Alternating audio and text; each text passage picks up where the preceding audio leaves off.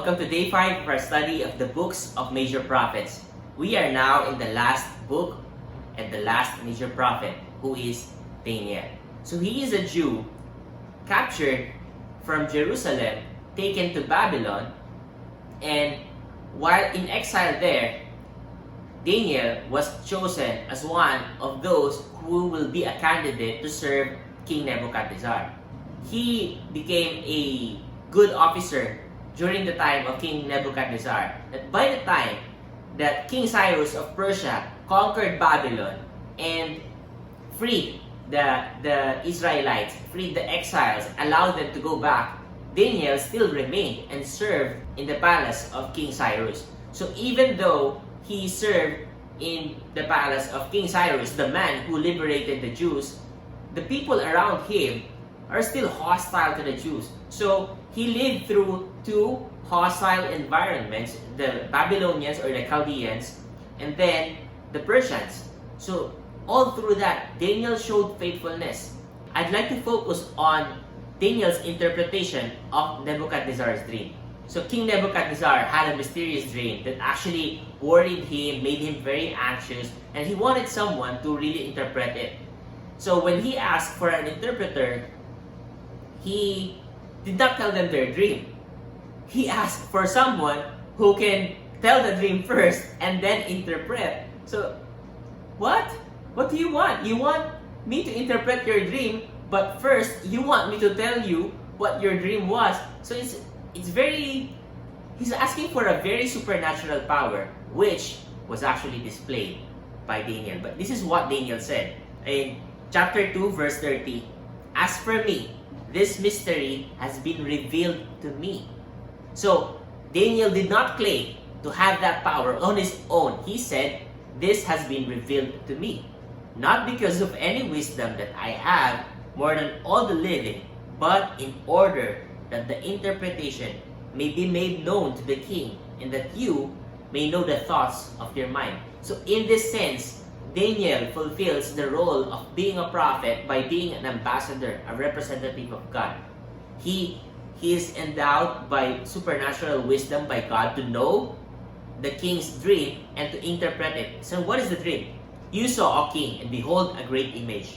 This image, mighty and of exceeding brightness, stood before you, and its appearance was frightening. The head of this image was of fine gold, its chest and arms of silver, its middle and thighs of bronze, its legs of iron, its feet partly of iron and partly clay.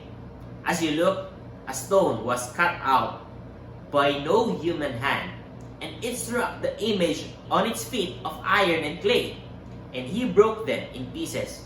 Then the iron, the clay, the bronze, the silver, and the gold, all together were broken in pieces, and became like the chaff of the summer threshing floors. And the wind carried them away, so that not a trace of them could be found.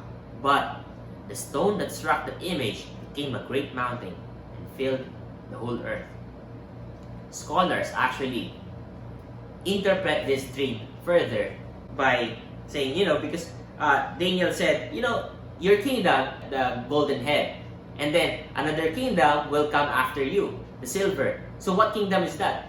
King Cyrus of Persia conquered Babylon. So the silver parts of the image was actually the Persian Empire. So the Babylonian Empire followed by the Persian Empire. What comes after the Persian Empire? The Greeks bear the bronze. And then the iron, it's the Roman Empire. And then the feet is actually the divided kingdom, is actually the divided kingdom of Rome, the West and the Eastern Roman Empire. Jesus was born during the time of the Roman Empire. It fits into the description that the stone cut out not by human hand struck the image on its feet during the time of the Roman Empire, and then it destroyed the whole statue, the whole kingdom, so that none was left, but the stone became a great mountain and filled the whole earth. I'd like to focus on this principle. Prophecies give people strong reasons to believe in the Lord and show His sovereign power, not just in the past and in the present, but having control even of the future. The recurring theme of the book of Daniel is the sovereignty of God. God's sovereignty in a sense that even though someone like Daniel was taken from his hometown and brought to the Babylonian Empire, he fulfilled a great purpose there. Even though he was not allowed to go back to Jerusalem, he fulfilled a great purpose in the kingdom of Cyrus. When Nebuchadnezzar had this dream and Daniel interpreted it, and the interpretation did not come from him but came from God, what does that mean? Daniel is saying that these things will happen. Now, if I tell you that tomorrow there will be an earthquake, if I tell you that tomorrow at exactly 9 a.m. there will be a big earthquake, the biggest the world could ever see, of course you wouldn't believe me. Not until it's tomorrow and then the earthquake hits. When that happens, then you will probably look at me and, how did you know that there will be an earthquake?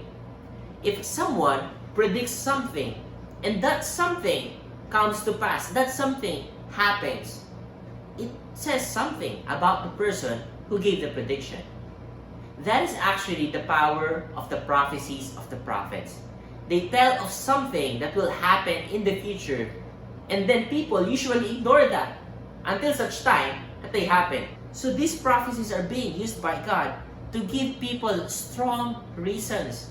These are strong reasons to believe in the Lord. Not just in any God, but in Yahweh, in the Lord. So if you have all these strong reasons already, why would you not believe in God? Why would you not trust in His sovereign power? If you are someone who believes in God, if you are someone who follows Christ, this gives you assurance. Because you know that nothing that is happening right now, nothing that will happen to you will be enough to shake you and to remove you from the plans that God has for you. Because if you are in God's hands, you know that you are in God's control.